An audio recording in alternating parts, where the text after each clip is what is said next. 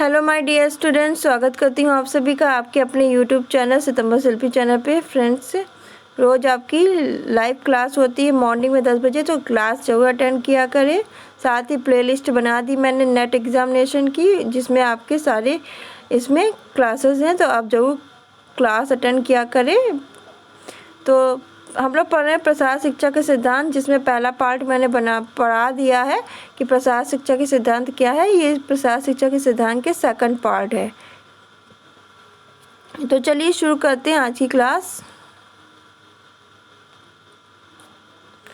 देखिए, पहला है प्रशिक्षित विशेषज्ञों का सिद्धांत। देखिए, अन्न विज्ञान की भांति कृषि विज्ञान और गृह विज्ञान भी तेजी से विकसित हो रहा है, तेजी से बढ़ रहा है। किसी एक क्षेत्र में दक्षता बनाए रखना भी एक लगातार कार्य है। प्रसार कार्यकर्ता के लगातार प्रयास, नए परिवर्तन, खोज, शिक्षा कई प्रकार से सहायक हैं। अगर प्रसारकर्ता प्रशिक्षित हो तो समस्याओं का निराकरण का उत्तरदायित्व सरलता से वहन किया जा सकता है। विषय विशेषज्ञों का दृष्टिकोण व्यापक होना चाहिए। जो विषय के विशेषज्ञ हैं उनका दृष्टिकोण व्यापक होना चाहिए, पारिवारिक समस्याओं से भी संबंधित होना चाहिए, जिसे संपूर्ण परिवार के कल्याण में सहयोग प्रदान कर सके। संतुष्टि का सिद्धांत। विकास के कार्यक्रम में भागीदारी की संतुष्टि आवश्यक है। भागीदारी की जो संतुष्टि होती है विकास के कार्यक्रम में बहुत आवश्यक होती है। इसी पे प्रसार कार्य की सफलता निर्भर करती है। यदि लोग कार्यक्रम में भाग लेने से संतुष्ट नहीं होंगे तो भविष्य में भी कभी कार्यक्रम में भाग लेंगे ही नहीं। अगर उन्हें संतुष्टि नहीं मिलेगी तो वो भविष्य में क्यों कार्यक्रम में भाग लेंगे। इसके लिए उन्हें पहचानना और उनके कार्य की प्रशंसा करना स्वैच्छिक नेतृत्व को क्या करता है, प्रोत्साहित करता है। वो खुद अपनी इच्छा से नेतृत्व करेंगे। संपूर्ण पारिवारिक पहुंच का सिद्धांत।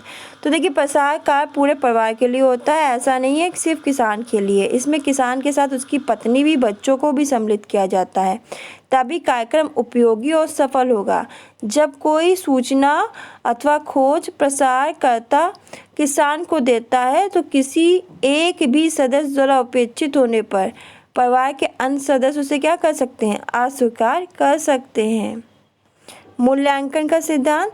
देखिए, शिक्षा के परिणाम बिना पक्षपात के निश्चित किए जाना आवश्यक है। जो शिक्षा के परिणाम हैं वो बिना पक्षपात के, बिना भेदभाव के निश्चित किए जाना बहुत इम्पोर्टेंट है। प्रसार कार्य सही दिशा में है, ये अगर प्रसार कार्य है सही दिशा में है कि नहीं, इसके लिए ये जानने के लिए विकास का पुनः परीक्षण करना बहुत ज़रूरी है, जिससे सही कार्य किया जा सके, जिससे क्या होगा, सही कार्य होगा।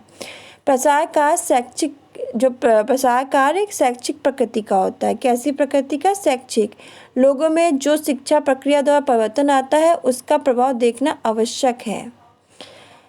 केवल योजना बनाना व तकनीक ही पर्याप्त नहीं होती है, परंतु वैज्ञानिक तरीके से शिक्षा के परिणाम निश्चित करना आवश्यक होता है। प्रसार कार्यकर्ता को भविष्य के कार्यक्रम की जो गुणात्मकता को सुधारने में मूल्यांकन के परिणाम सहायक होते हैं। नम्यता का सिद्धांत। देखिए, प्रसार प्रशिक्षण पद्धति में नम्यता का विशेष महत्व होता है। विभिन्न व्यक्तियों, स्थानों, परिवेशों के अनुसार इसके स्वरूप में क्या होता है, परिवर्तन होता रहता है।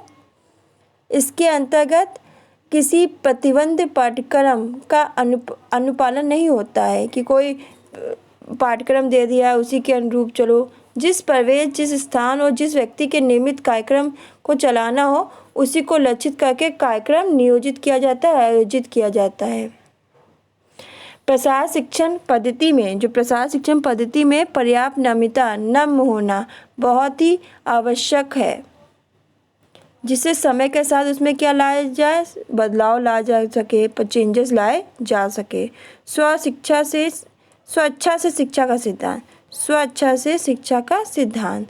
तो देखिए, सीखने की क्रिया स्वैच्छिक होती है। आप किसी को दबाव डाल के ये नहीं कह सकते हो कि ये काम करो, या किसी पे दबाव डाल के आप ये नहीं कह सकते हो कि तुम्हें ये काम करना ही है।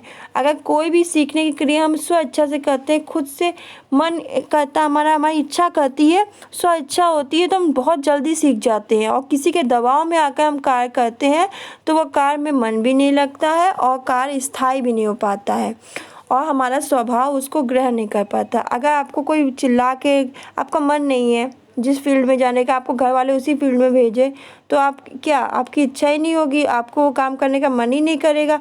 और जिस फील्ड में आपका मन है, आप सुबह शाम रात जब भी मन होगा उसको पढ़ोगे, आपकी इच्छा करेगी कि हाँ मैं इसी फील्ड में जाऊँ। जितनी मेहनत है आप खुद से करोगे तो स्व इच्छा से बहुत फ़र्क पड़ता है।